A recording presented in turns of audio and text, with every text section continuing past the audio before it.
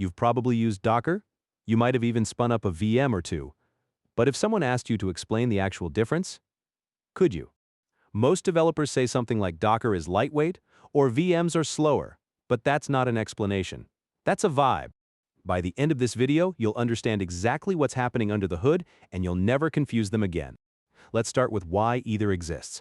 You write code on your laptop, it works perfectly. You deploy it to a server and it breaks. Why? Because your laptop has Python 3.11, but the server has Python 3.8. Your laptop has that one library installed globally. The server doesn't. The core problem: environments are different. Both VMs and containers solve this by packaging your application with its environment. But they do it in fundamentally different ways. Let's start with virtual machines. At the bottom, you have your physical hardware, the actual CPU, RAM, and storage in a server. On top of that runs the host operating system, let's say Linux. Now here's where virtualization comes in. We add a hypervisor. Think of it as a traffic controller that can divide your hardware into multiple isolated chunks. The hypervisor creates virtual machines. Each VM gets its own virtual CPU, its own virtual RAM, its own virtual disk, and critically, each VM runs its own complete operating system. So if you have 3 VMs, you're running 3 complete copies of Linux. Each one boots up, runs its own kernel, manages its own memory. Your application sits on top of that guest OS. This is powerful. VMs are completely isolated. One VM crashing doesn't affect another. You can run Windows inside Linux. They're like separate computers that happen to share physical hardware. But there's a cost. Each VM needs gigabytes of RAM just for the OS, gigabytes of disk space, minutes to boot up, CPU cycles managing its own kernel. If your app needs 200 MB of memory, the VM might need 2 gigabytes total.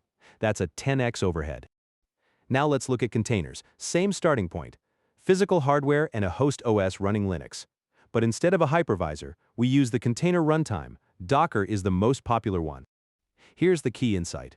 Containers don't run their own operating system. Instead, they share the host's kernel. The Linux kernel has features called namespaces and cgroups that let you isolate processes without needing a whole separate OS. Each container gets its own isolated file system, its own network stack, its own process tree, resource limits. But they all share the same kernel.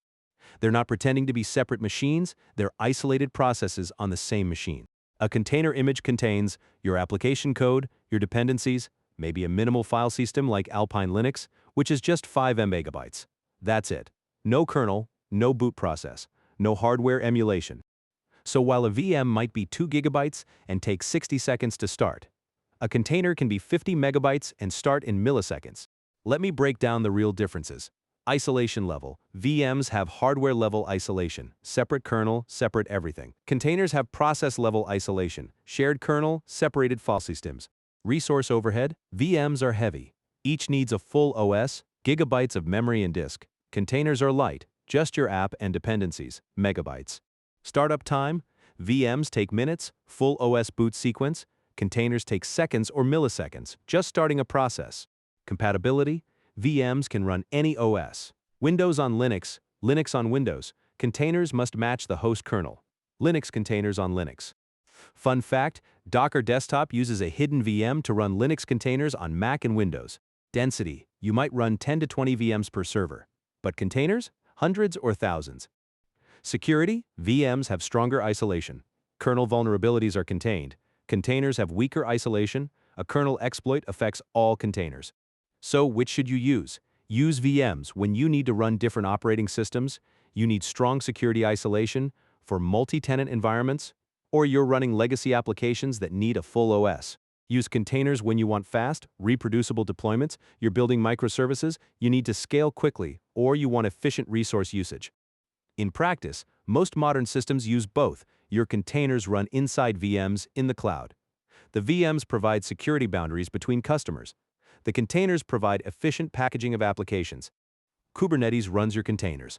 Those containers run on EC2 instances or GCE VMs. It's layers all the way down. Now when someone asks you the difference, you won't just say containers are lighter, you'll understand why. If this made things clearer, subscribe for more explanations like this, drop a comment if there's another concept you want demystified. And remember, the best engineers aren't the ones who use the tools. They're the ones who understand them.